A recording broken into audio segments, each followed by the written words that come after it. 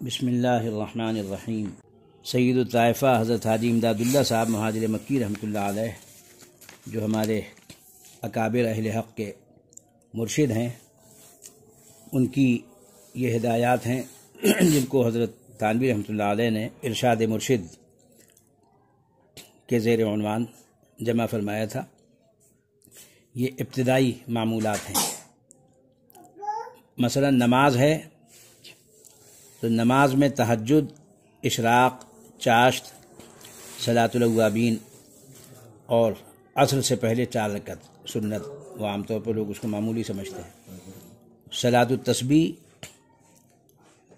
جمعے کے روز، اور عشاء سے پہلے جو 4 سنتیں ہیں ان کا بھی اہتمام۔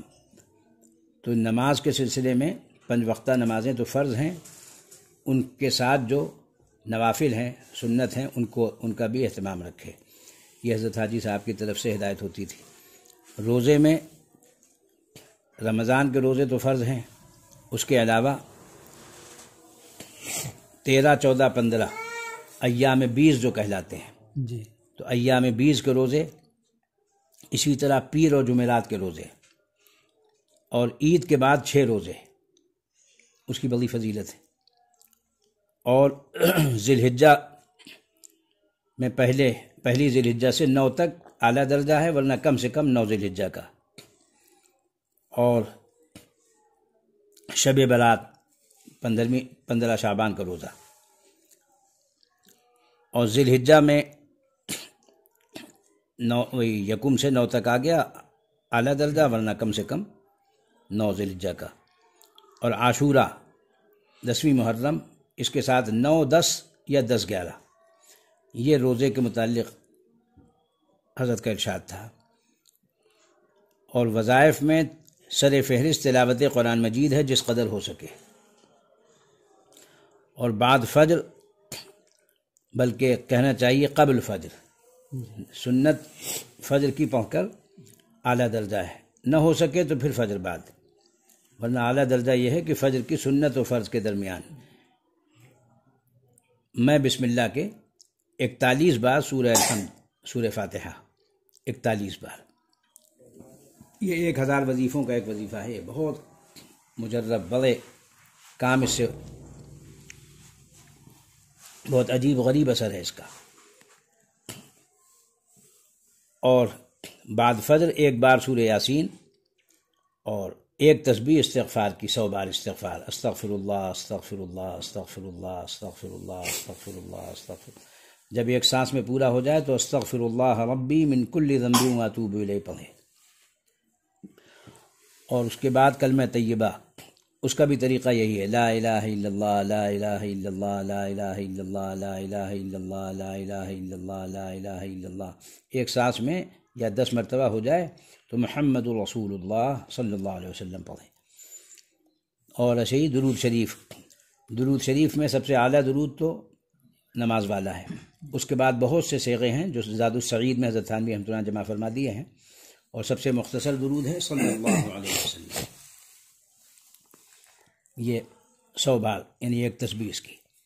اور ظہر کے بعد سورہ انا فتحنا لک فتحا مبینا 1 بار، اور کلمہ طیبہ 100 بار 1 تسبیح، اور درود شریف کی 1 تسبیح۔ اور حضرت حاجی صاحب کے زمانے میں دلائل الخیرات کی 1 تسبیح، ایک منزل کہنا چاہیے، دلائل الخیرات کتاب ہے، بہت مبارک کتاب ہے، دلائل الخیرات کی 1 منزل۔ اور حضرت کا یہ بھی معمول تھا، اللہ الصمد، یہ 500 بار، یعنی 5 تسبیح اس کی پڑھنے کو تجویز فرمایا کرتے تھے۔ اور اب دلائل الخیرات کی جگہ اگر کوئی چاہے تو حضرت تھانوی رحمۃ اللہ علیہ کی جو مناجات ہے، اس کی 1 منزل روزانہ پڑھ دیا کرے کسی بھی وقت۔ اور عصر کے بعد سورہ نبا عما یتساءلون 1 بار، اور آیت کریمہ لا الہ الا انت سبحانک انی کنت من الظالمین، یہ 100 بار 1 تسبیح۔ اور مغرب کے بعد سورہ واقعہ 1 بار، اور کلمہ طیبہ لا الہ الا اللہ، یہ 100 بار 1 تسبیح۔ اور درود شریف صلی اللہ علیہ وسلم کم از کم ہے یہ 1 تسبیح۔ اور عشاء کے بعد سورہ سجدہ اور سورہ ملک 1 بار۔ یہ لمبے عمل نہیں ہیں، تھوڑے دیر کے، بہت مختصر ہے۔ اور کلمہ طیبہ 100 بار اور درود شریف 100 بار. یہ روزانہ کا معمولات یومیہ ہے. حضرت حاجی صاحب رحمۃ اللہ علیہ کا ارشاد مرشد میں حضرت ثانوی رحمۃ اللہ علیہ اس کو نقل فرمایا ہے. اور ہمارے حضرت مولانا تھانوی رحمۃ اللہ علیہ نے باقاعدہ جو چیزیں تجویز فرمائی وہ اصلاحی نصاب کے نام سے ہیں. 10 کتابیں. اس میں بنیادی کتاب تعلیم الدین ہے اور حقوق الاسلام ہے، فروع الایمان ہے، جزاء الاعمال ہے. یہ کتابیں ان کو پڑھتے رہنا بہت مفید و نافع ہے. حضرت کی کتابیں مردوں کے لیے تو اصلاحی نصاب، عورتوں کے لیے بھی کام کی چیزیں اس میں، اور بہشتی زیور میں بھی اکثر چیزیں مرد و عورت دونوں کے لیے مشترک ہیں، بہت کام کی ہیں. یہ حضرت اور احقر کے جد امجد علیہ رحمہ فرمایا کرتے تھے کہ بچوں کو اسماء حسنہ 99 نام یہ ازبر کرا دیے جائیں.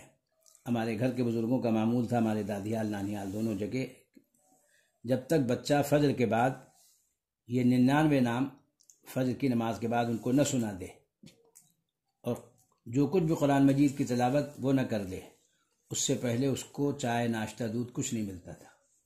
یہ شرط ہوتی تھی کہ پہلے یہ سناؤ. میرے والد صاحب اپنی دادی کا معمول بتاتے تھے. میں نے اپنے نانی کا معمول دیکھا. جب چھوٹے چھوٹے جاتے تھے تو کہتے پہلے وہ سناؤ، تو سب بچوں سے وہ سنا جاتا تھا. پھر اس کے بعد تو یہ اسماء حسنہ ہے. اس کے بعد دعا قبول ہوتی ہے مختصر، اور ان کے معنی یاد کرا دیں گے آپ بچوں کو تو ان کا عقیدہ پختہ ہو جائے گا کہ یہ ذات اللہ کی ہے اور یہ صفات اللہ کی ہے. اسماء حسنہ. اس کے بعد اخیر میں اللہم باسمائک الحسنى هذه ادعوک واسألوک. اس کے بعد اردو میں بھی کہہ سکتا ہے کہ اللہ ان اسماء حسنہ کی برکت سے ہماری یہ دعا قبول فرما لیجیے.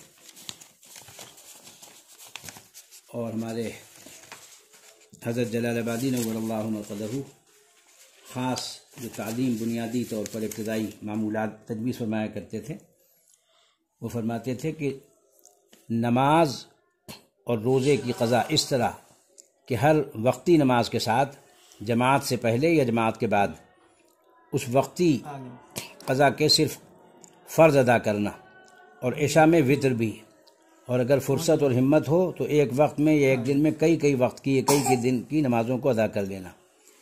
کسی کا مالی حق اپنے ذمے ہو تو اس کو ادا کرنا یا معافی مانگنا. سب سے دل صاف رکھنا، آنکھ کان زبان کی پوری نگرانی کرنا، اور حرام و مشتبہ مال سے پوری احتیاط کرنا. وضع قطع لباس شکل و صورت سنت کے مطابق رکھنا. خوشی اور غمی کے موقع پر، شادی اور غمی کے موقع پر جملہ رسومات بدعات اور خلاف شریعت باتوں، گانا بجانا ڈھول باجا گیت نیوتا دکھاوا ریاکاری کے جتنے کام ہیں رسمی کام ہیں ان سے پرہیز کرنا.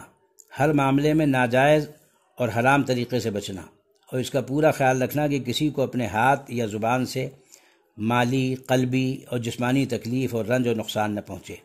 کسی کی دل شکنی نہ ہو مگر اپنی دین شکنی بھی نہ ہو، اس کا بھی خیال رکھنا چاہیے. اختلاط سے بلا وجہ گھستے پھرتے نا لوگ، اختلاط سے گریز اور پرہیز کرنا. بضرورت ملنا، اور کلام سے بھی بولنے سے بھی بغیر ضرورت شدیدہ پوری احتیاط کرنا. بعض لوگ بلا وجہ بولا کرتے ہیں، فضول گوئی ہوتی، اس میں غیبت تہمت.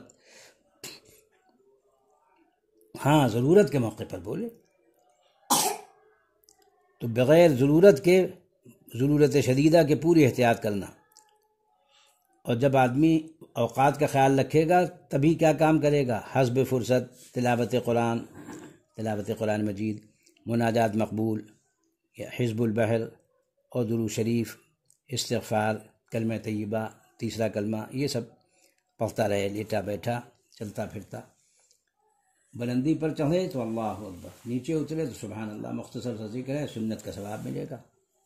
ہر نماز کے بعد اگر یاد ہو، نہ یاد ہو تو یاد کرنا چاہیے. آیت الکرسی سب سے پہلے پڑھے، اس کے بعد تسبیح فاطمی پڑھے، سبحان اللہ والحمدللہ اللہ اکبر 33 بار، اللہ اکبر 33 بار، اور 3 مرتبہ صبح و شام اور ہر نماز کے بعد ایک ایک دفعہ سورہ اخلاص، سورہ فلق، سورہ ناس، اس کا اہتمام رکھیں۔ اس سے ہر موذی کی ایذا سے، ہر شری کے شر سے بچے گا، چاہے عرضی ہو چاہے سماوی ہو، شیطانی ہو جنی ہو کوئی ہو، سب دفع ہو جاتا ہے۔